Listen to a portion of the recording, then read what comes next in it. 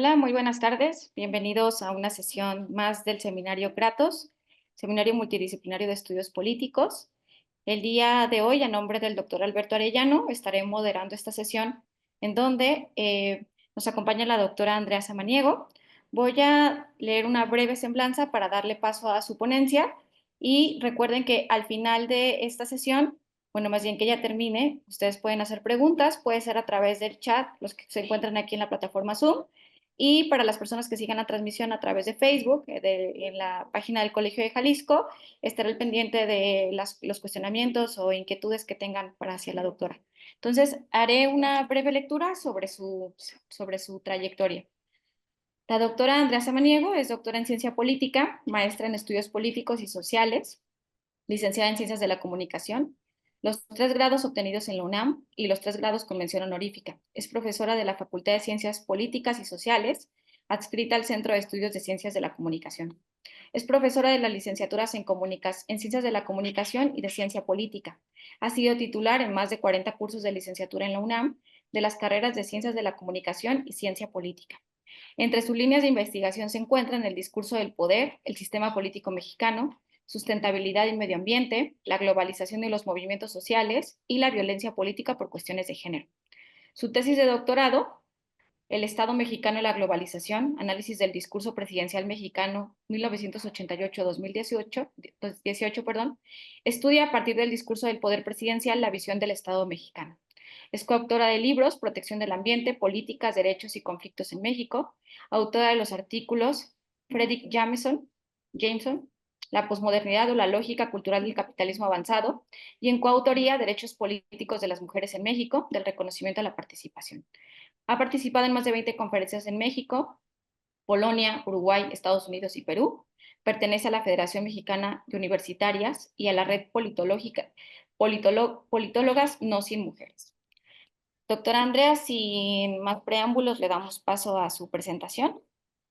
Muchísimas gracias, muchísimas gracias, pues, al Colegio de Jalisco, al doctor Arellano, a ti, Cianra, eh, por, pues, estar el día de hoy, a él por gestionar y por organizar este evento en este seminario multidisciplinario de estudios políticos.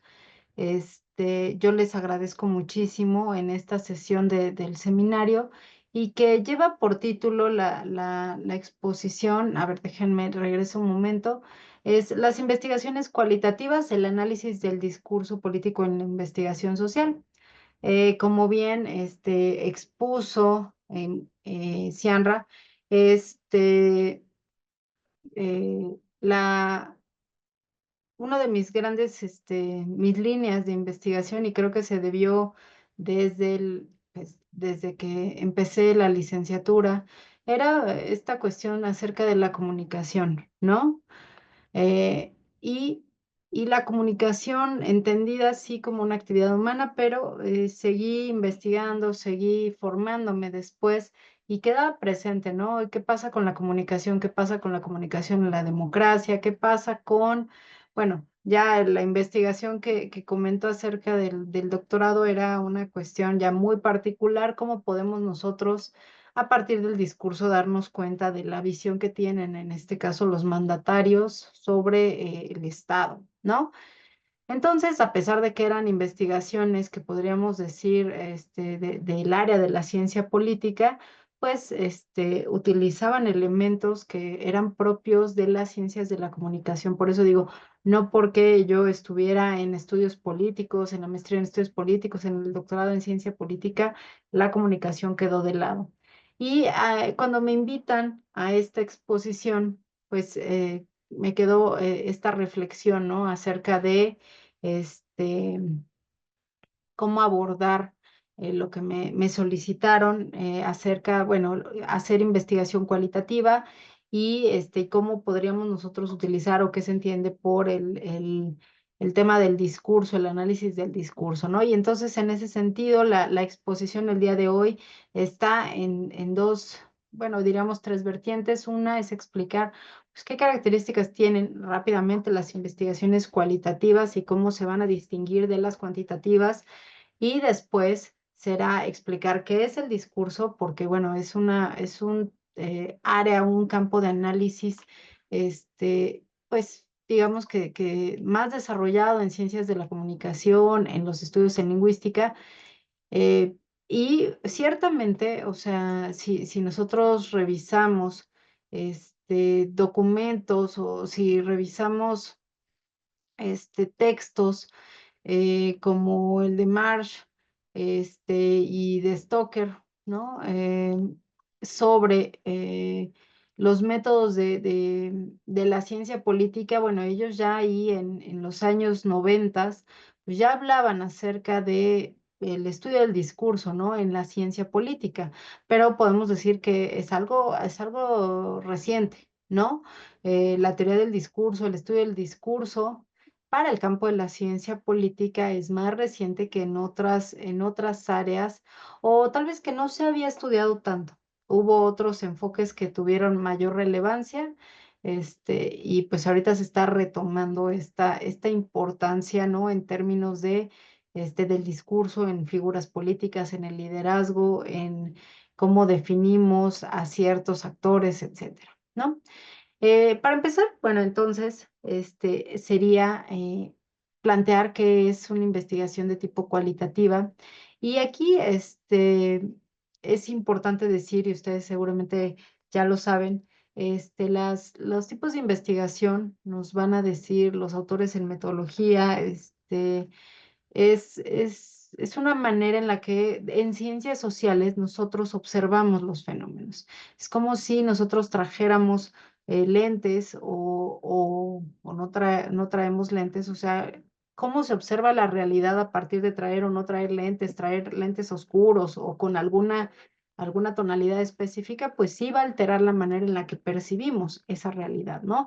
Entonces, esa es parte del abordaje y de eso deriva, ¿no? Pensar en distintos tipos de investigación, ¿no?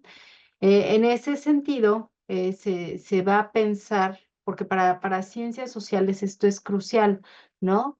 Las corrientes de pensamiento, la manera en la que nosotros abordamos los fenómenos, pues sí va a definir las características que ese fenómeno va a tener o que, no que va a tener, sino cómo lo vamos a observar y después cómo lo vamos a escribir o cómo vamos nosotros a reflejar esa realidad que estamos investigando, que estamos observando, ¿no? En ese sentido, podemos decir que hay dos grandes enfoques, ¿no? Que podemos decir es el enfoque cuantitativo y el enfoque cualitativo. También se llega a hablar acerca del enfoque mixto, que es aquel que emplea elementos cuantitativos y cualitativos, ¿no? Pero digamos que se acepta estas dos grandes o estos dos grandes enfoques. Van a haber otros autores, como Habermas, por ejemplo, que habla de intereses de conocimiento, no habla tanto de enfoques, sino que habla de posturas del conocimiento y que, bueno, él clasifica en otras, y dice hay tres grandes intereses de conocimiento, pero bueno, esas son maneras en las que los autores, en las que los estudiosos de lo social, pues han clasificado pues las distintas corrientes y los distintos enfoques de las investigaciones, ¿no? Pero podríamos decir que los enfoques, y la característica en particular del enfoque cualitativo, una es posicionarse contra el positivismo francés, ¿no? El positivismo francés fue esta corriente de pensamiento que decía que se debían de utilizar y se deben de emplear los mismos métodos de las ciencias duras y emplearse en las ciencias sociales, ¿no? Grandes rasgos. Y en esta cuestión, digamos que la crítica es desde este enfoque cualitativo es pues pensar que los seres humanos difícilmente tenemos esa capacidad de repetir los hechos sociales, que difícilmente podemos experimentar lo que está ocurriendo o ponerlo en un laboratorio como sí ocurre con las ciencias duras o con las ciencias naturales, ¿no? Con las ciencias exactas, como se les ha denominado también. Entonces, ellos dicen, pues es que en vez de explicar más bien el enfoque, o tendríamos que estar nosotros tratando de comprender por qué es que ocurren las cosas, ¿no? En vez de explicar cómo se da un fenómeno, como sería, no sé, el ciclo del agua, nosotros explicamos cómo se da el ciclo del agua cuando se reúnen determinados factores y por lo tanto, pues sabemos que va a llover, ¿no? O sea, explicamos, podemos predecir. En el caso de los seres humanos, o sea, este enfoque dice, es complicado explicar a los seres humanos. En tanto que no somos esos seres humanos, no vivimos esas condiciones, o sea, pensemos, estamos tratando de comprender, o de saber por qué es que se dio la revolución, pues no somos ese grupo social, ¿no? No vivimos en esa época, y entonces difícilmente nosotros podríamos explicar realmente por qué pasaron las cosas, ¿no?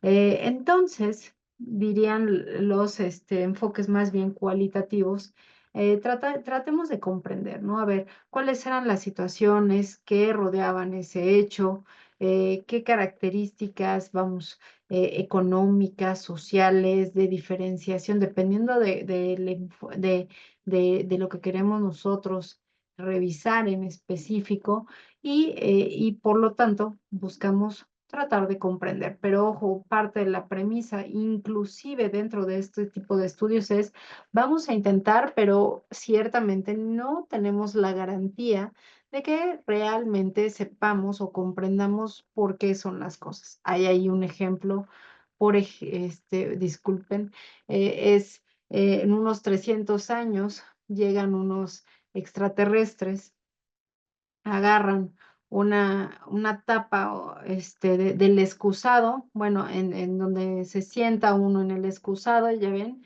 y lo levanta y dice, un espejo, ¿no? O sea, ¿por qué? Pues porque yo he visto que estas figuras, son utilizadas, o sea, yo he visto cuadros, yo he estudiado, yo he tenido, información de segunda mano, y entonces yo sé que esto es un espejo. Es decir, ni con la información, la interpretación de los documentos de la época, de materiales creados por el ser humano, permitirían o nos darían a nosotros cabal cuenta del porqué de las cosas, ¿no? O sea, siempre existe el riesgo en los enfoques cualitativos, ¿no? Pero bueno, es parte de entender que el ser humano es un ser humano o es una especie sumamente compleja, ¿no? Y entonces no es como una cuestión lineal, ¿por qué hacen las cosas es por A, B o C? En realidad, como seres humanos tendemos a ser muy complejos en cuanto pues las actividades o en cuanto al porqué de lo que estamos haciendo, ¿no? Y ese es como uno de los puntos fundamentales dentro de las investigaciones, cualitativas, es pensar al ser humano como un ser intencionado. A diferencia de lo que pasa en el mundo, de la naturaleza, el mundo, físico que nos rodea, ¿no? En donde tenemos los bosques o en donde tenemos las especies animales, las especies de flora o de fauna, o los minerales, etcétera, y que están ahí, ¿no? No tienen esa intención de estar, simplemente están. El ser humano, más bien, sí ha tenido la intención de crear instituciones, de crear todas las cosas que le rodea, ha creado y a partir de los estudios del discurso, podríamos decir, ha creado la lengua, ha creado esta capacidad para expresarse de la manera en que lo hace, pero no solamente es crear pues esta serie de elementos sonoros, ¿no? O silentes, es decir, silencios, sino que también ha creado formas de embellecer esos sonidos, ¿no? O sea, no es solamente que nos expresamos, sino que lo dotamos de intencionalidad. Queremos decir, algo realmente contundente y hay maneras, ¿no? En las que nosotros tendemos a mostrar esa contundencia. Es decir, hay intención. Lo mismo podemos decir del arte, de la religión, O sea, hablamos de instituciones, podemos pensar en el Estado, podemos pensar en los sistemas políticos, o sea, los imaginamos y los creamos, ¿no? Y por lo tanto, dicen estos autores, no es lo mismo el mundo de la naturaleza que está ahí que el mundo del ser humano que es creado, es decir, es un mundo sobre el mundo de la naturaleza, ¿no? Podríamos pensar, el mundo de la naturaleza es el mundo superficial y el mundo del ser humano es un mundo que se construye sobre el primero. De ahí derivan ellos a decir, por eso es que tenemos que estudiarlo de una manera distinta. O sea, no es lo mismo, no son las mismas cosas, no se deben de estudiar de la misma manera, ¿no? Y ahí entonces es que entran este tipo de investigaciones que son más bien cualitativas, ¿no? Que lo que buscan es descubrir y comprender significados que hacen inteligibles aspectos que no salen a la luz con la simple observación de los datos. Y cierro citas, es de Álvarez Méndez, ¿no? Que es una discusión entre lo cualitativo y lo cuantitativo, ¿no? El documento. Y en esa perspectiva, o sea, si nosotros solo revisamos los elementos, pensando muy en el ámbito cuantitativo, aquello que se puede medir, aquello que se puede cuantificar, aquello que nos arrojan encuestas o que nos arrojan sondeos, etcétera, pues puede ser, puede ocurrir que haya cuestiones que no están, que no aparecen, que no están ahí presentes y que, y que ocurren o que y que pues sí trastocan o que modifican la realidad, ¿no? Entonces, el enfoque cualitativo trata de descubrir estos significados, estos elementos dotados de significado, ¿no? De esta intencionalidad humana que, pues nos ayudarán, que no, ojo, y esto sí es importante de decir, no quiere decir esto que pues sí lo logremos discernir o que sí lo logremos descubrir, simplemente tratará, ¿no? De comprender esos significados, ¿no? O sea, por qué hay ciertos rituales de iniciación, por qué es que hay ciertos elementos de identidad en las personas, etcétera, ¿no? Entonces, nos ayuda, pues, porque hay información que no va a salir o no necesariamente sale en los datos, o sea, que nosotros podemos obtener a partir de las encuestas, ¿no? Y entonces, bueno, pues las características que podríamos decir de las investigaciones cualitativas serían, uno, parten de esta idea de que el mundo social, o sea, esta noción de la objetividad, ellos la van a cuestionar y van a decir, es que no podemos ser completamente objetivos porque nosotros formamos parte del mundo que estamos observando. O sea, es distinto cuando nosotros ponemos en una caja de Petri o en algún instrumento de observación microscópica, pues no sé, una célula de alguna planta, etcétera. Pero aquí estamos tratando de observar el mundo en el cual vivimos, ¿no?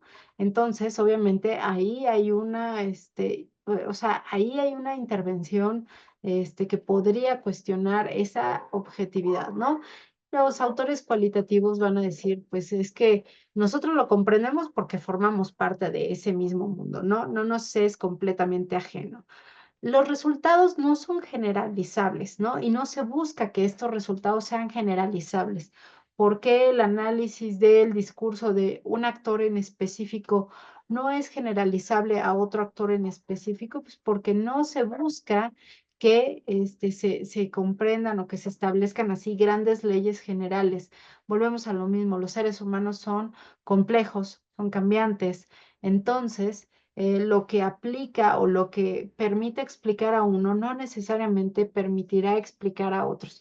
Sí es cierto que, y lo veremos más adelante, que se buscan establecer tipos ideales, pero como tipos ideales quiere decir, esta es como la cristalización, o sea, si yo definiera cómo deben de ser actores populistas, esta es la idea, ¿no? La noción. Pero, pero eso no quiere decir que en todos los casos debe de presentarse como tipologías ideales, ¿no? Mentales, podríamos decir.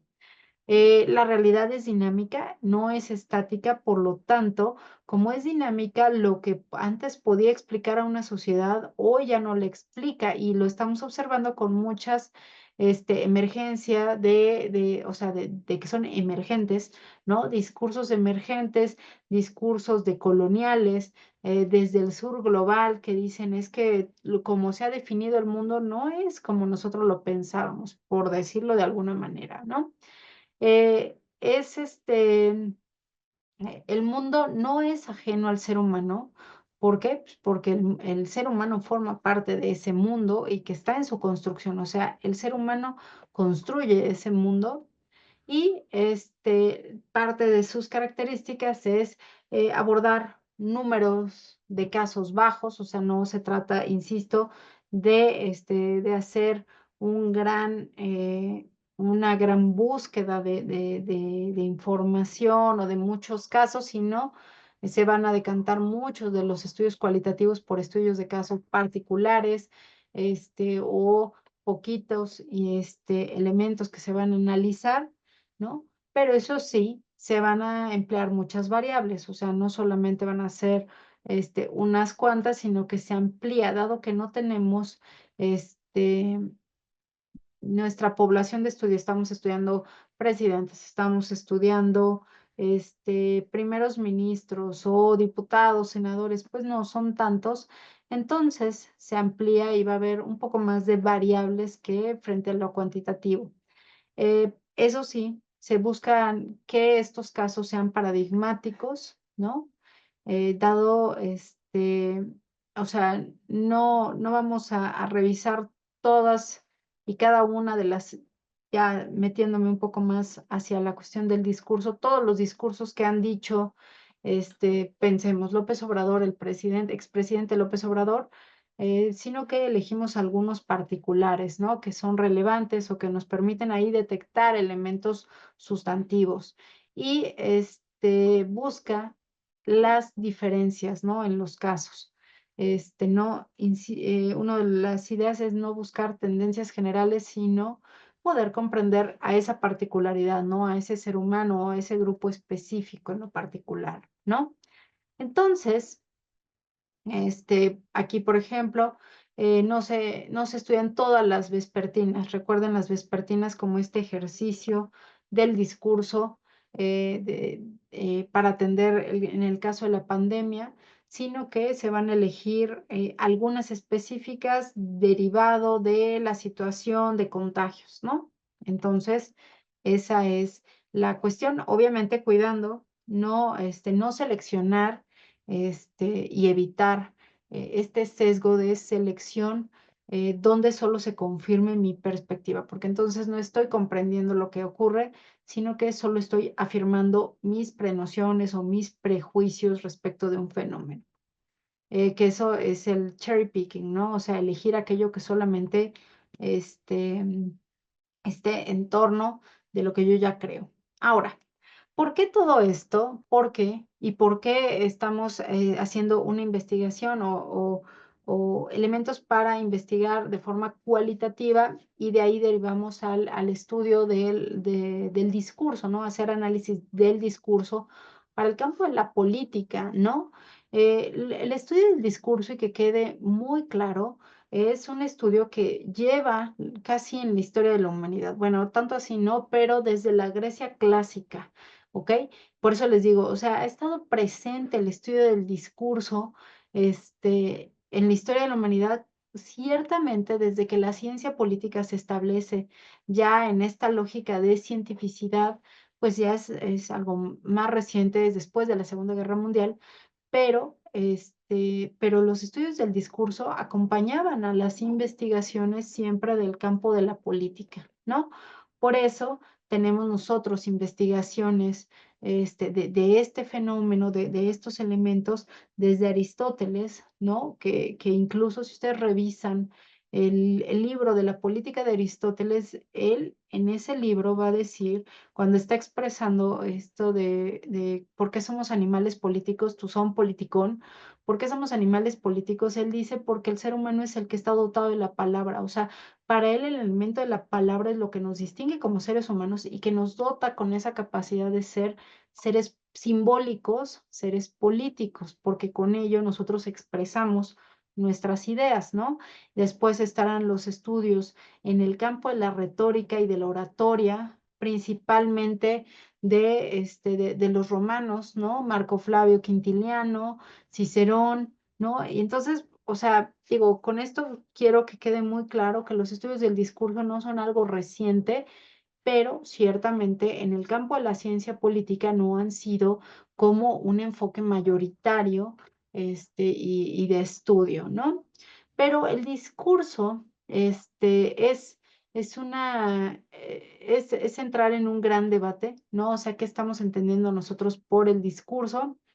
Es, la construcción, es un terreno de la construcción propiamente humana, es en donde nosotros expresamos nuestros sentimientos, nuestros pensamientos y, podemos con ello expresar nuestras ideas. Digo, Aristóteles lo decía y los lingüistas también lo decían, ¿no? El estar dotados de esta capacidad lingüística de expresar ideas, ¿no? De verbalizar esas ideas es algo que sí nos está, nos eleva como especie y nos da esta cuestión o esta categoría de seres humanos, ¿no? La palabra discurso, diríamos, es, alude al movimiento, ¿no? A una práctica específica del lenguaje, ¿no? Lo va a decir Orlandi una definición que hace sobre qué significa el discurso. Y el discurso, o sea, digo, podríamos definirlo, lo define él, es un trayecto que se separa, que va en distintas direcciones. Por eso cuando alguien se está expresando, o sea, lo pensaríamos así cuando alguien emplea o hace un discurso, puede ser que sea muy lineal, puede ser que sea muy estructurado y que siga desde el punto A hasta el punto D, pero lo cierto es que es como medio azaroso a veces cómo es que nuestro cerebro va hilando ideas, cómo es que nosotros recordamos a partir de una característica, no sé, de nuestro interlocutor, y entonces nosotros queríamos decir A y pues para llegar a B, pues damos varias cursos o nos movemos de una manera que podría pensarse azarosa. ¿No? Entonces, por eso el discurso tiene, o sea, es un trayecto, pero hay muchas direcciones, ¿no? No es algo lineal.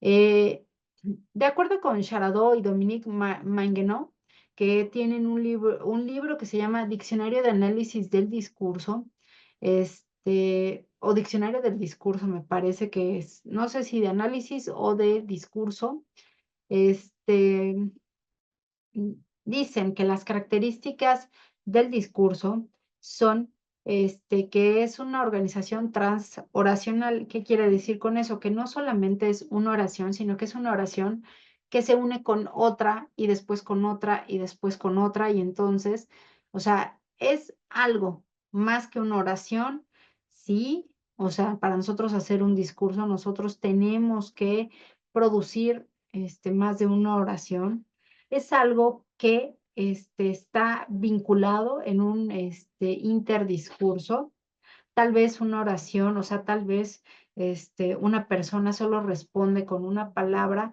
pero esa palabra está vinculada con otros elementos que se expresaron antes, en otro momento, en la historia, en otro momento, en la historia de esa persona, etcétera.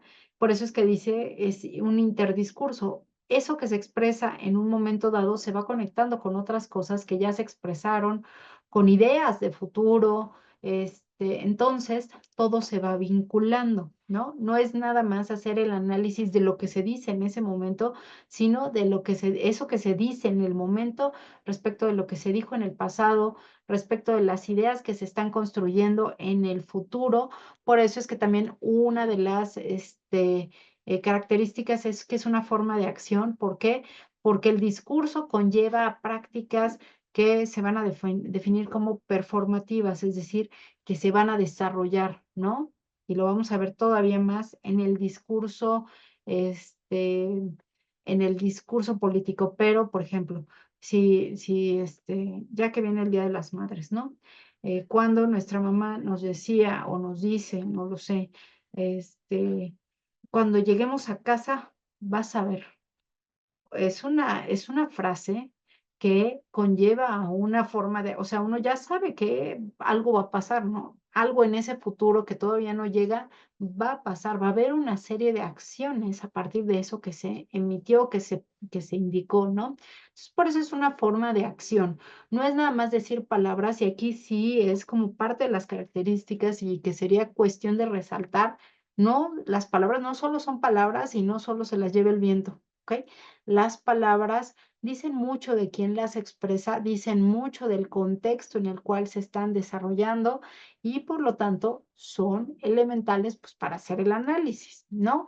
Está orientado qué queremos nosotros en el discurso normalmente y en el discurso político todavía más, tal vez convencer, ¿no? Queremos convencer de que nuestra postura, nuestra idea, nuestro argumento es el adecuado. Entonces, orientamos una serie de palabras, pues para ese fin en específico, convencer, ¿ok? Está contextualizado. No, volvemos a lo que ya les había dicho, no es nada más decir palabras porque sí, sino que estas palabras se están emitiendo en un contexto específico, se están diciendo ante una audiencia específica, se están expresando en un momento dado de la sociedad, ¿no? Eh, Hace algunos años era incluso eh, posterior a los ataques terroristas de Estados Unidos, o sea, contra Estados Unidos por parte de Al Qaeda, era negativo y se escuchaba mal hablar mal de los estadounidenses, contextualizado porque acababan de ser atacados, porque pues fueron víctimas de un crimen perpetrado por grupos que reclamaron ese acto, ¿no? Tal vez en algunos años no se vea eso negativamente, ¿no?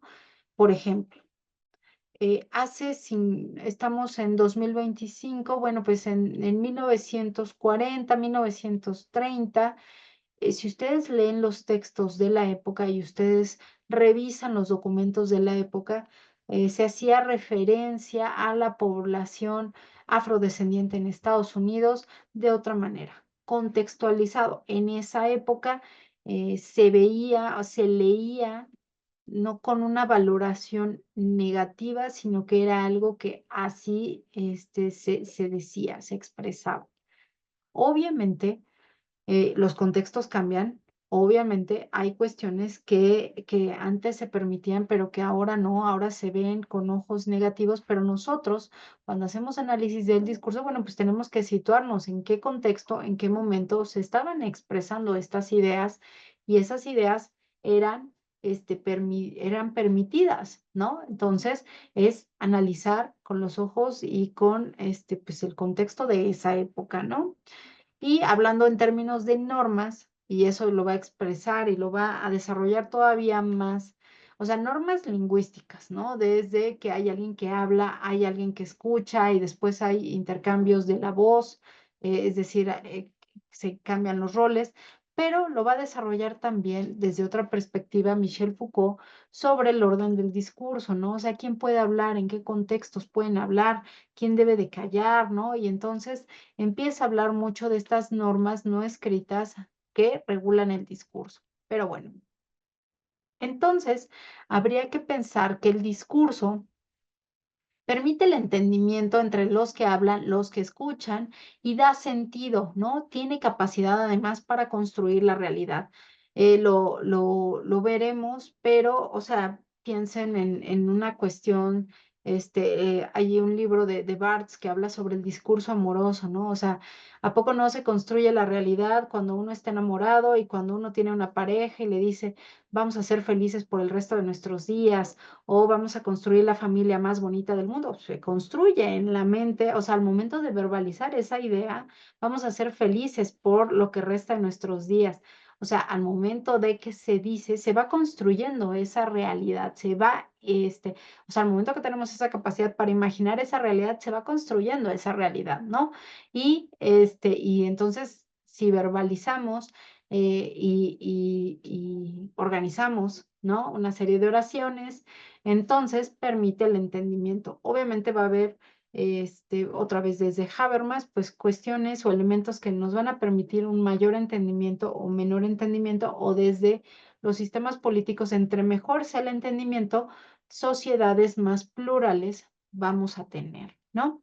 Pero bueno, como hemos visto y hasta este momento, el discurso entonces tiene elementos que son lingüísticos, que son sociológicos, psicológicos, pero aquí nos vamos a adentrar al elemento político. ¿Por qué tendríamos que estudiar desde la política el discurso, ¿no? Y ya en específico, podemos pensar que el discurso político, permite expresar ideas sobre cuestiones públicas, ¿no? No solo, el discurso político no solo lo emiten los que son gobernantes o los que se encuentran dentro del aparato gubernamental o dentro del sistema político, sino todos aquellos que conforman una sociedad, ¿no? Ya sea como oposición, ya sea como sociedad civil, ya sea como académicos, ¿no? Y entonces, el discurso a nosotros nos permite expresar estas ideas que tenemos, sobre cuestiones que son consideradas como públicas, ¿no? Los discursos políticos se deben entender como instrumentos estratégicos, ¿no? Que permiten posicionar argumentos para justificar acciones, este, para justificar visiones sobre alguna política. Entonces, esto no solamente se va a encontrar o no solamente lo vamos a detectar en palabras, documentos, o sea, algo que lee un mandatario o alguien que está detentando el poder, sino que también se encuentra en documentos oficiales, ¿no? Puede ser el Plan Nacional de Desarrollo, puede ser planes sectoriales, ¿no? Boletines. Ahí nosotros también vamos a encontrar, ¿no? Este discurso político, estos instrumentos estratégicos. Y dentro de estos documentos estratégicos o cómo podemos estudiar nosotros la ciencia política y el discurso, pues se encuentra una corriente dentro del institucionalismo que se le ha denominado el institucionalismo discursivo, ¿no? En donde Vivian Schmidt, bueno, dice que los otros tipos de institucionalismo, el de la elección racional, el sociológico, el histórico, pues tienen limitantes, ¿no? Digo, al final Vivian Schmidt va a defender la postura que ella ha desarrollado, ¿no? Y que después Guillermo Cejudo, desde el constructivismo discursivo, también va a ahondar, ¿no? Y dice, hay que pensar que las instituciones se crean, pero ¿cómo es ese se crean? Se piensan, y entonces en ese se piensan, ahí hay un proceso lingüístico que tenemos que considerar. ¿Cómo pensamos nosotros las ideas si no es con palabras? Y después, ¿cómo esas ideas que tenemos tal vez en la mente las expresamos a la sociedad o a un pequeño grupo, al grupo gobernante, a la clase política, a quien sea, pues para llevarlas a cabo? Otra vez, es un ejercicio de verbalización. Por eso es que, bueno, ella lo va a decir, es un ejercicio discursivo. Tanto pensar las ideas como después expresar esas ideas conlleva a un discurso, ¿no? Y ahí nosotros, la idea del discurso debe de trabajarse en dos sentidos, como ya les decía, en el campo de las ideas y después en el campo de la socialización de esas ideas que se traducen en acciones, ¿no?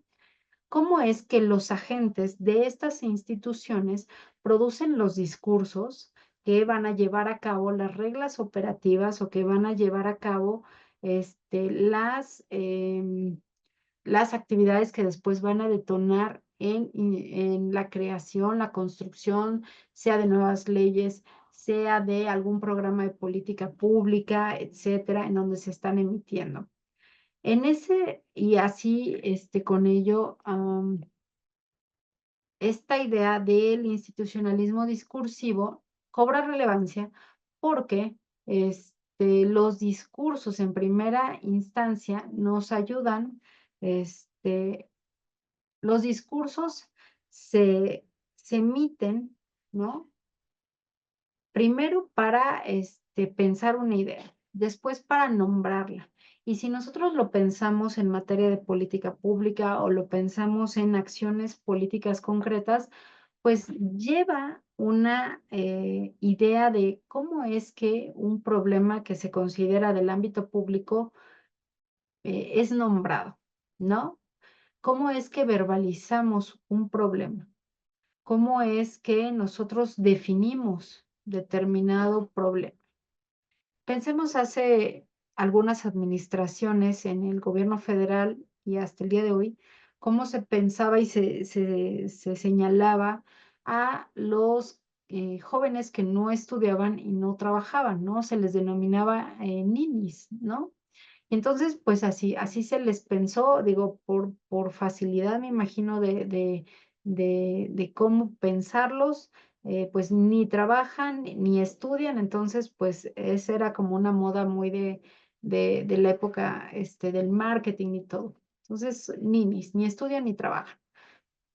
Cambia la administración, llegan nuevos gobernantes y dicen: "Es que nombrarlos así discursivamente hablando, conlleva acciones específicas. Ni estudian ni trabajan, no tiene una otra acepción de, pero pueden cambiar ese futuro o pueden cambiar esa realidad, ¿no? O sea, son personas que ni estudian ni trabajan y ya.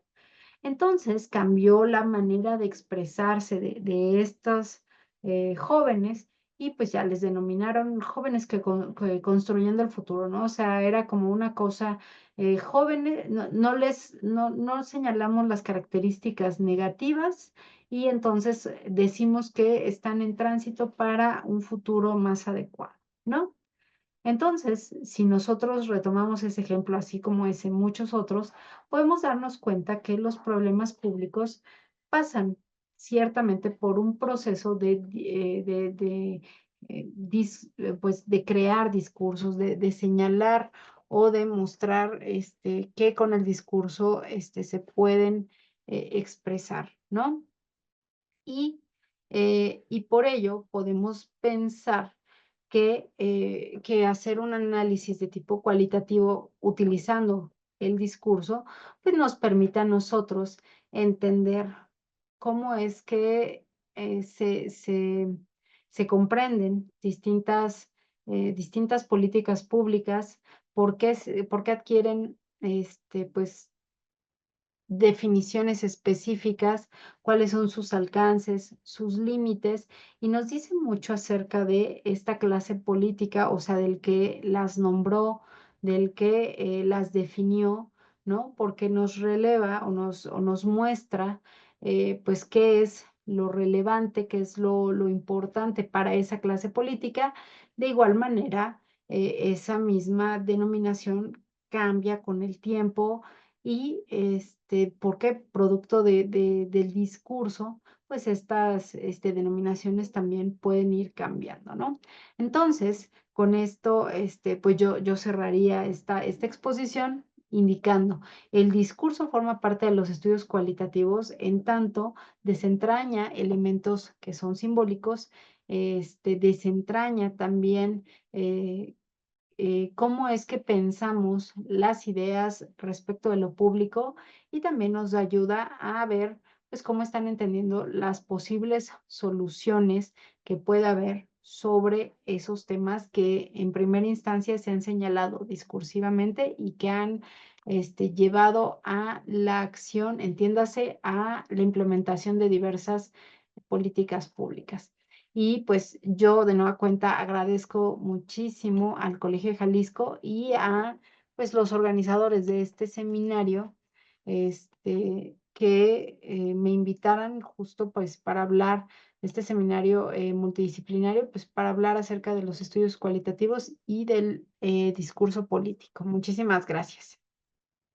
Gracias, doctora Andrea, por su presentación. Muy interesante y pertinente entender justamente el uso del análisis del discurso como herramienta, ¿no? Y apoyo para entender justamente esto que usted incorpora en el estudio, ¿no? Como es el discurso neoinstitucional, ¿no? Sumamente pertinente. Me gustaría incentivar a quienes nos acompañan a través de Zoom y quienes siguen la transmisión a través de Facebook para realizar preguntas, inquietudes que quisieran transmitirle a la doctora Andrea. Ya llegó una, entonces voy a darle lectura para que usted la vaya abordando. Dice, felicidades, excelente conferencia. El análisis del discurso es un tema muy interesante y el abordaje conceptual resalta la relevancia de esta propuesta para la investigación cualitativa. En lo personal, quisiera saber si nos puede dar algún ejemplo de las investigaciones que ha realizado desde este enfoque de investigación o dónde podemos revisar algunas de sus publicaciones. Ah, muchísimas gracias, Manuel.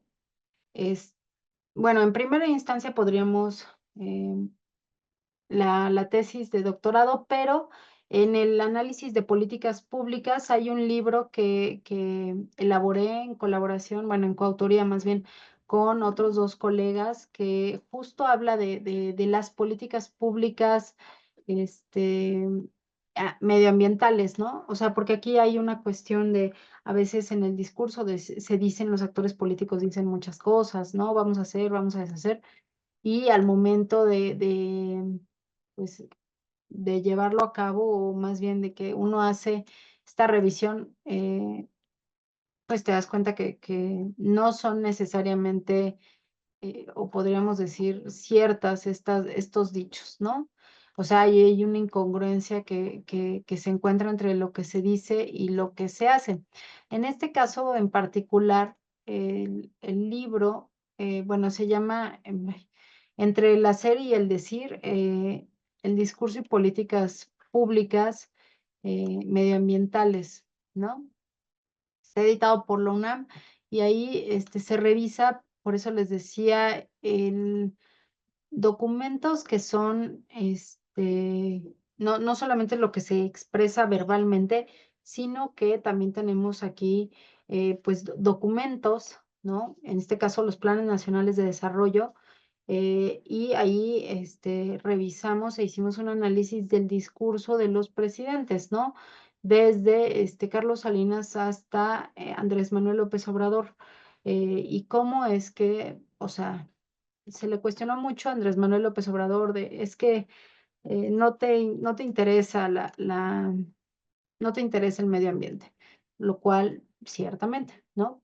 Pero ya revisando, o sea, con los otros mandatarios, ellos decían que sí les importaba el medio ambiente, pero en sus acciones en materia, o sea, cómo había una correlación, ¿no? O más bien no había una correlación entre lo que decían, les importaba el medio ambiente y lo que hacían, y pues veíamos, o sea, se ve el presupuesto, cómo se disminuye el presupuesto constantemente en la Secretaría de Medio Ambiente, cómo hay extracción de petróleo y va incrementando. Entonces, digo, ese es como un análisis que hicimos, les digo, aquí dos colegas y yo, el doctor Fernando Pérez Correa, el maestro Eduardo Torres Alonso y yo, y una servidora, para pues ver, ¿no? Esta correlación, a ver si son tan congruentes entre lo que dicen y lo que hacen. Y eso va a decir Habermas, y van a decir mucho los teóricos después en torno a la democracia, va generando confianza. O sea, ¿por qué? Porque lo que dicen efectivamente lo van a hacer.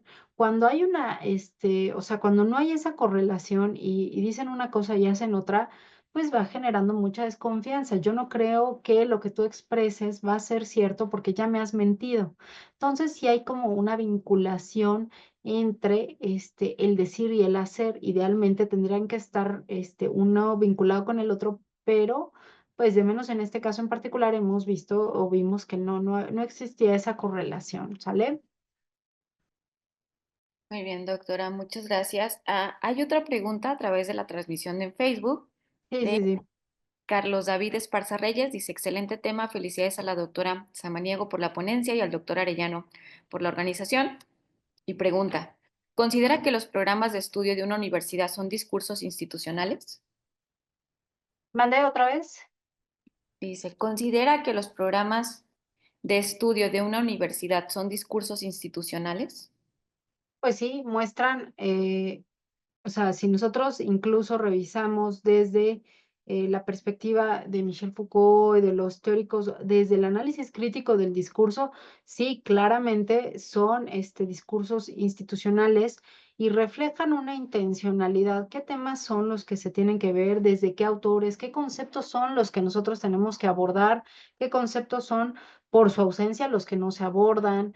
Entonces sí podríamos nosotros analizar, y por eso el análisis crítico del discurso en este tipo de documentos va y busca, no sé, una teoría o desde la perspectiva, no sé, feminista, ¿no? Desde el análisis crítico va a decir, aquí hay un sesgo, ¿no? De tipo patriarcal. ¿Por qué? Porque no hay mujeres, ¿no? ¿Y qué revela que no haya mujeres? Pues que no las pensemos en la ciencia, que no las pensemos como eh, con capacidad de raciocinio o con algo interesante que decir.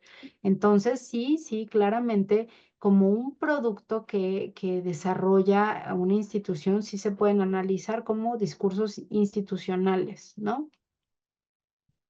Bien, doctora. Bueno, en lo que llega tal vez alguna pregunta, yo quisiera, tengo una inquietud. ¿Cuáles son las limitaciones del uso del análisis del discurso, ya sea a través de los documentos institucionales o seleccionar algún caso específico, ¿no? Esto que usted mencionaba, Pues, un tipo, una categoría, ¿no? Que explique justamente el uso de la herramienta.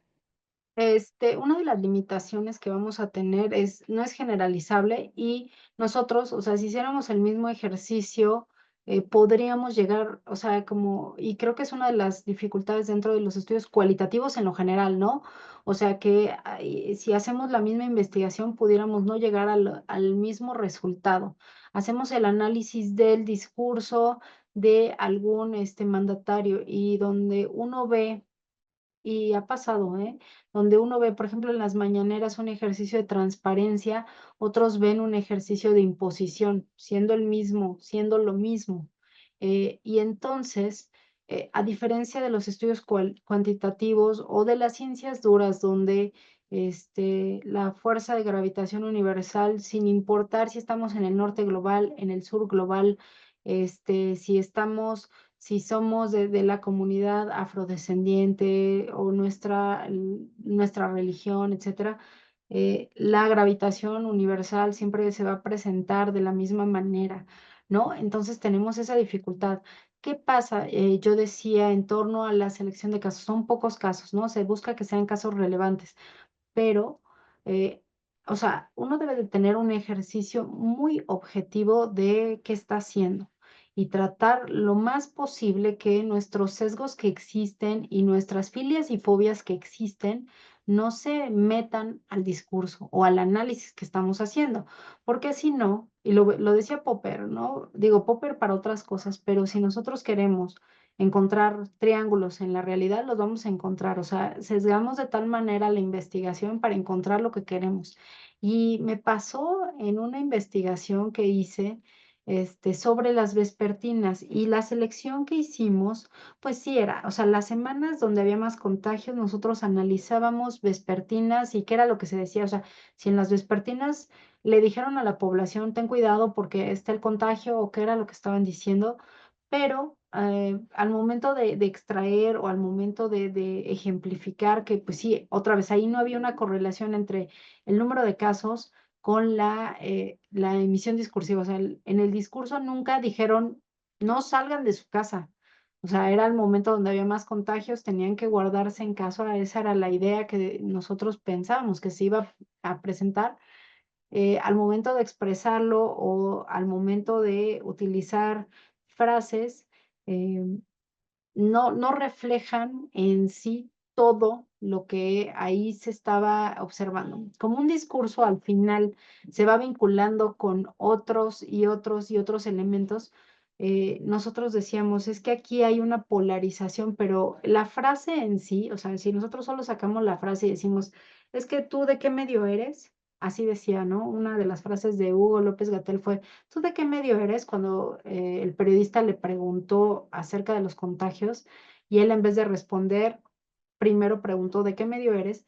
Pues ahí no hay ningún, o sea, ciertamente, o sea, si nosotros somos así claros, en esa frase no hay polarización. Esa frase, nosotros decimos está, polariza por todo el contexto, y eso es algo difícil de expresar en un documento, en un paper, en un, o sea, porque tendríamos que estar, poniendo mucho hipervínculo, o no sé de qué manera, para que se entendiera todo eso que trasciende de la frase, de las palabras que se están, pronunciando, ¿no? Entonces, esa es una de las dificultades, cómo podemos expresar todo aquello que no está expresado así lingüísticamente, palabras y frases, pero que se va entendiendo a partir de otros discursos o a partir del contexto en el cual se dicen, a partir de la realidad en México, etcétera, ¿no? Entonces, esa sí sería una de las dificultades que tiene este instrumento. Muchas gracias, doctora. Hay otra pregunta de Luis Fernando Delgado Trejo. Dice, buenas tardes, de la Escuela Judicial Electoral. Aquí mis Ujú. preguntas. ¿Qué responsabilidad tiene el analista del discurso político en contextos polarizados donde su interpretación puede ser instrumentalizada políticamente por alguno de los bandos? ¿Qué lugar ocupa la voz ciudadana y no solo la de los actores de poder en los análisis discursivos políticos? ¿Se está incluyendo el discurso de los movimientos sociales, indígenas, feministas y disidentes como corpus legítimo de estudio? A ver, pero esto no solamente ocurre, la responsabilidad del analista del discurso en contextos polarizados, o sea, no solamente es del analista del discurso político. Nos puede pasar a todos, a los que hacemos análisis del discurso, a los que hacen encuestas, a los que hacen, o sea, que sus documentos, que su investigación, se emplee con fines, políticos, ¿no? Pasó en, no sé, los libros de cómo mueren las democracias, ¿no? Y entonces lo estaban usando, ese libro lo estaban usando para todos lados, de es que está bien o está mal, estamos nosotros al borde del colapso, lo que sea.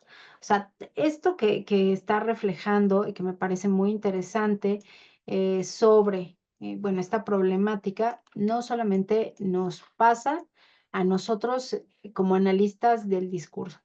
Los contextos polarizados es algo que están estudiando ahorita, ¿no? Esta polarización afectiva, ¿no? Que no solamente es que yo estoy en contra de alguien, que forma parte de la naturaleza de las democracias, o sea, que haya distintas visiones sobre la sociedad, lo que les decía así con Habermas, entre mejor entendimiento y mejor capacidad comunicativa tengamos para aceptar esas diferencias, pues hablamos de una sociedad más plural, ¿no? Pero ahorita esa polarización conlleva a no dialogar con el otro, o sea, ni siquiera le reconocemos al otro, su legítima existencia, y a partir de ahí, en el no reconocer, empezamos a denostar, ¿no? Se puede utilizar, el análisis del discurso por cualquiera de los bandos, sí. La idea, y sería la recomendación que yo haría, es pues que en la investigación, o sea, insisto, las filias y las fobias las tenemos, ¿no? O sea, no les voy a decir yo a ustedes, no, es que nosotros debemos de ser completamente neutrales y al momento de hacer el análisis del discurso están como en una actitud zen, donde nada de eso les impacta. Pues claramente sí, o sea, si uno escucha declaraciones de ciertos actores políticos sobre cuestiones que nos afectan, que nos mueven, pues sí, claramente puede tener eso un sesgo. La idea es, en la medida de lo posible, van a estar presentes esas filias y fobias, tratar de que no se metan a la investigación. O sea, sí es como un ejercicio complicado. ¿Cómo es que yo no voy a decir que esta persona es lo peor que ha habido en el país o es lo mejor que ha habido en el país? Pues, siendo como muy objetivos y no eligiendo, o sea, evitando sobre todo en este tipo de instrumento, lo que les decía, el cherry picking, seleccionar solo las frases en donde yo encuentro que es un peligro o que es lo mejor o que, o sea, ser como muy, objetivos en esto, ¿no? Eso por lo primero. Y bueno, ya si lo utilizan, bueno, pues, o sea, yo hice una investigación lo más objetiva que se pueda Si lo usan, ciertos bandos, bueno, pues es, o sea, es el riesgo que existe, así como en las encuestas, así como en las entrevistas, así como en cualquier tipo de investigación existe ese riesgo, ¿no? Y la voz ciudadana, en los análisis discursivos políticos, incluyendo el discurso de los movimientos sociales, indígenas, feministas y disidentes, como corpus legítimo de estudio, claramente, este, bueno, la definición del discurso político no solo conlleva a los actores, que se encuentran en toma de decisiones o en el ejercicio del poder, ¿no? Y por eso, por ejemplo, ahorita que me preguntaban sobre los programas de estudio de alguna institución, pues lo puede hacer puede hacer eso un análisis, algún grupo de colonial, ¿no? Que va a decir, no hay actores, así como yo decía, no hay mujeres, pues no hay autores del sur global, ¿no? O sea, todo es una visión eurocéntrica, ¿no?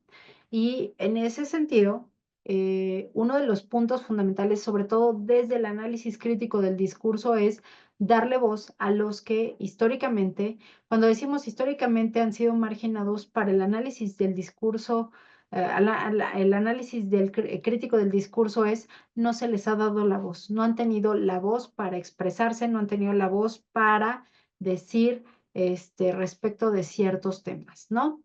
Entonces, claramente hay muchas investigaciones que retoman esto desde el enfoque decolonial, desde el enfoque feminista, así como grupos históricamente marginados. Y no es de extrañar que uno de los que ha desarrollado más toda esta teoría, o que desarrolló esta teoría, fue Michel Foucault, sobre todo para dar voz a la comunidad, bueno, a los cuerpos disidentes, en particular, bueno, pues todas estas, cuerpos que, no se ceñían a la heteronormatividad, ¿no? Entonces, claramente sí permite dar cuenta de esto y que estos grupos sean estudiados o que tengan la capacidad de expresarse, ¿vale? Gracias, doctora. Bueno, hay dos preguntas más y alguien levantó la mano, entonces voy a darle lectura a la que está a través de Facebook de Alondra Guerra. Dice Heinrich Himmler, mano derecha de Adolf Hitler, en la Segunda Guerra Mundial dijo que a las masas se les convence con la repetición. Si bien una estrategia política del rango que Hitler manejaba no es un discurso, sí me parece interesante el hecho de cómo la repetición se convirtió en la espina dorsal del discurso nazi. Tan es así que fue la repetición del lenguaje institucional que el régimen nazi creó. Después de ese preámbulo, ¿considera que la introspección psicológica es un factor clave para lograr un discurso efectivo? Bueno, ahí también, yo les comentaba hace rato que el estudio del discurso apela a elementos que son lingüísticos, ¿no? O sea, ¿qué palabras están expresando? ¿Cómo se construyen las oraciones? ¿Qué relación tiene una oración con la otra? Eso sería lingüístico. Psicológico, ahí aludiría a todas estas cuestiones, ¿no? Hay libros, se llama El diario de una esquizofrénica, que habla acerca del discurso de personas, bueno, de una mujer que es esquizofrénica. Y, o sea, uno revisa y pues sí, digo, bajo criterios de lo que consideramos normal, este, pues ella no se expresa de forma normal. Y también hay otro libro que se llama Memorias de un enfermo de nervios, que era igual una persona que tenía, no recuerdo si esquizofrenia o qué, fue juez en Alemania, bueno, perdón, ahí no recuerdo al 100 si era Alemania o era todavía antes de que se juntara, se formara el Estado alemán, ¿no? Pero uno escucha y él también escribió sus memorias, ¿no? Entonces uno lee y dice, pues es que esto no es una manera normal de expresarte. Lo mismo decía Foucault, ¿no? O sea, ese es uno de los elementos para que, bueno, que nosotros revisamos bueno, si fuéramos psicólogos, revisaríamos por qué se pueden hacer test psicológicos y uno de los puntos que nos piden, si ustedes recordarán, si les ha tocado hacer algún tipo de test, es escribe una carta. O escríbeme algo, ¿no? O sea, ya te dan un ejemplo, o ¿dónde te ves en 10 años? Y te pones a escribir, porque efectivamente ahí se ven ciertos rasgos de la personalidad. Entonces, sí, sí se puede. Y entonces, por eso es que hay una corriente dentro de la ciencia política, que es la psicología política, ¿no? O sea, por ahí van todos estos perfiles narcisistas en ciertos mandatarios o perfiles, sádicos en ciertos mandatarios. O sea, ahí se van a ir vinculando, ¿no? No es nada más porque yo lo digo, sino por cómo se expresa, por eso les digo, cómo se expresa, qué escribe, todo. No es nada más, yo digo palabras o sea, yo solo digo ciertas palabras, ¿no? Al momento que las decimos, ahí revelamos cosas, ¿sale? Entonces, en ese sentido, sí, sí podemos, ahí se vinculan, sería la psicología y la política. Bien, doctora, gracias. Bueno, Sergio Pacheco Navarro pregunta, ¿cómo podemos investigar más profundamente los discursos que nos han presentado algunos analistas históricos, como ejemplo Maquiavelo, con los discursos sobre la primera década de Tito Livio? ¿De Tito Livio? Esto Bueno, con pero el existen los objetivo, libros, perdón, ¿no? perdón, Bueno, sigue, sí, perdóname. esto con el objetivo de diferenciar lo que expresó el autor del discurso y entender al crítico sobre su narración y presentación. Bueno, ya lo decía, es como una frase célebre de, dice del italiano traduttore traidore, ¿no? O sea, el que traduce, traiciona, siempre. O sea, es como lo más literal que les puedo comentar, eh, pero siempre que hay una traducción o hay una interpretación acerca de algún documento, bueno, pues ya esa interpretación conlleva un sesgo, ciertamente. O sea, lo que yo les decía, cuando se hacen estudios de ciertos actores políticos, o sea, al momento, por muy objetiva que yo llegue a ser, pues sí se va a tratar, o sea, algo de esas filias o fobias van a minarse hacia o van a transmitirse en mayor o menor medida. La idea es que sea en menor medida, pero no podemos ser, o pensar que nunca jamás vamos a tener un poco de subjetividad al momento de expresarnos. Eh, y entonces, pues sí, ahí hay una interpretación. ¿Qué es lo mejor que yo les podría decir para evitar esto? Para ver si efectivamente lo que dijeron, lo que dijo Tito Livio, lo que dijo López Obrador, si les gusta, o sea, si les gusta como ejemplos más recientes, a eso me refiero. O lo que dijo la persona que les llame la atención es ir a los documentos originales, ¿no? A las cartas, no sé si les llama la atención a las mañaneras, eh, ir bueno, en el caso de Tito Livio, a las cartas, ¿no? O sea, a sus documentos, no a las interpretaciones, porque siempre al momento de que hay un autor, hay una interpretación, ¿no? Entonces, así lo evitaríamos. Gracias, doctora. Le vamos a ceder la palabra a Juan Eduardo López, quien levantó la mano para hacer una pregunta de forma personal. Sí, claro. Juan Eduardo, Perdón, ¿ya me escuchan? ya. Sí. Hola, buenas tardes. Doctora, bienvenida al Colegio de Jalisco.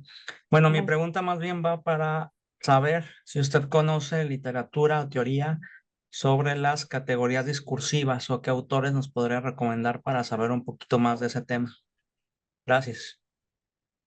Bueno, está Tim Van Dyck como uno de los, pues, autores más utilizados.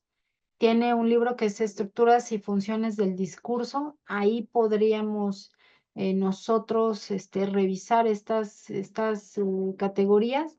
El propio Charadó, pero bueno, a ver, estos que les voy a decir son autores conocidos, renombrados en temas del discurso, pero también debo de comentar esto, o sea, son lingüistas, entonces tal vez no son los más, o sea, si uno no tiene formación en lingüística, puede ser complicado porque ellos andan en el ámbito de la lingüística y entonces a veces es complicado saber de qué están hablando. Para ver sobre argumentación o sobre retórica, Yo pues, recomendaría desde Aristóteles, es que depende de qué del discurso quisieran revisar, ¿no? Pero sobre las contraargumentaciones, Applehots tiene un texto breve sobre contraargumentación que podría ser bastante interesante, cómo es que nosotros discursivamente tratamos de convencer al otro, ¿no? Con argumentos, ¿sale? Gracias. También Héctor Castellanos, perdón, Juan Eduardo, no sé si tenías alguna otra inquietud. Ah, gracias. Gracias por la respuesta. Sí. Gracias. Bueno, Héctor Castellanos Villalpando también quiere formular su pregunta. Sí, muchas gracias, Héctor Castellanos Villalpando. Me gustaría a mí, digo, yo me ha tocado ligeramente ir de las ciencias exactas de las ciencias sociales y esta presentación me trajo dos preguntas. Si bien he intentado, pues, como configurar y justificar estos de los discursos institucionales en torno a temas que estudio, que son los temas ambientales y los efectos que tienen tanto en la percepción, en la participación ciudadana o la percepción de riesgo en algunos temas de infraestructura o de justicia ambiental, me generó una duda, en la presentación en algún punto decía que pues los métodos cualitativos describen un fenómeno puntual y que no necesariamente podría generalizarse en el caso de análisis del discurso a otros casos. Pero sin lugar a dudas, digo, para eso son las ciencias sociales, o bueno, lo que se intenta describir es que cuando existen estas condiciones, ¿cómo podría hacerse esta generalización o esta transferibilidad o generalización analítica para poder describir otros fenómenos homogéneos cuando existan unas condiciones similares como una manera de, de generarle o encontrar el valor en las investigaciones particulares de un fenómeno en específico? Yo hablé de un tema en el que me aboco, pero esa sería mi pregunta. Gracias. A ver, cuando yo decía que no se buscaba generalizar es porque, bueno, a diferencia de los estudios cuantitativos, que uno de los principios, incluso el método científico, es tratar de hacer este, teorías y después esas teorías, en tanto siguen vigentes, poderlas hacer leyes. O sea, eso es un principio general que rige el fenómeno que se está analizando. Los estudios de cualitativos y de ahí los estudios discursivos, no buscan esas, así como la ley de los discursos políticos, ¿no? Y todos los discursos deben de tener em, estas características, porque incluso hasta los estudios del discurso dicen, es todo menos una regla general. Hay quien empieza un discurso por el final, hay quien empieza, ¿se acuerdan la última vez con alguna anécdota? O sea, si nosotros quisiéramos clasificar, vamos a poner un ejemplo, los discursos de los actores que consideramos populistas, ¿no? Decimos, estos son populistas, ¿no?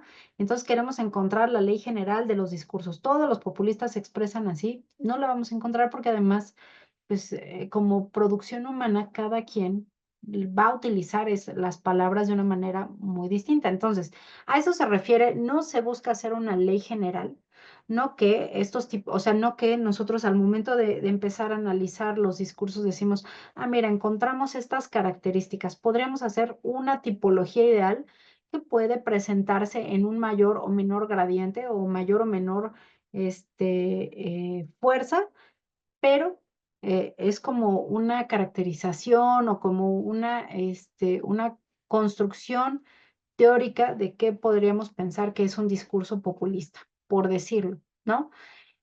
A eso me refería yo con esta noción de no busca ser generalizaciones, o sea, leyes generales, ¿no?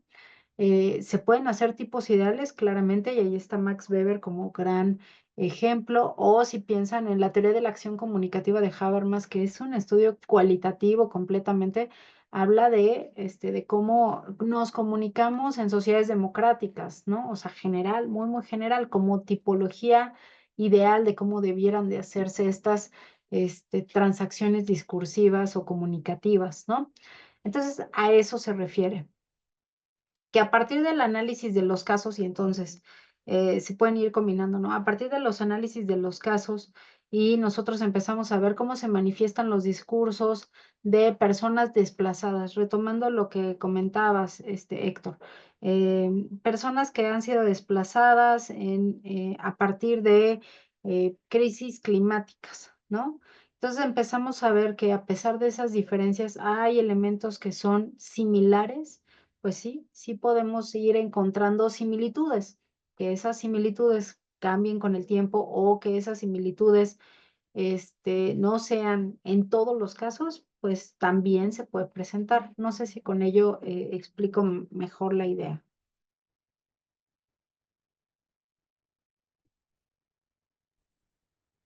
Porque creo que sí. No sé si Héctor tenga alguna otra inquietud, algo que compartir. Bueno, ya no hay más preguntas, doctora. No, no, muchas gracias. Gracias, Héctor. Bueno, creo que con esto podríamos finalizar la sesión del día de hoy del seminario.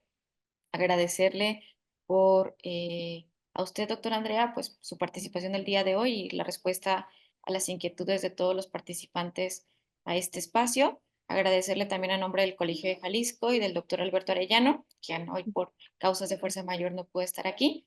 Y agradecerles a todos. Nos vemos en la sesión del próximo mes. Muchas gracias. Gracias. Y bueno, yo les comparto la presentación. Ya ahorita encontré unos errores de typos, o sea, errores de texto.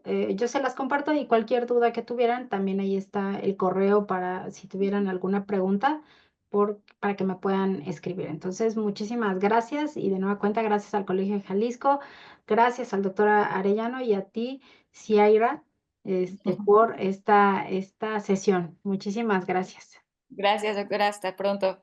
Hasta luego, bonita tarde.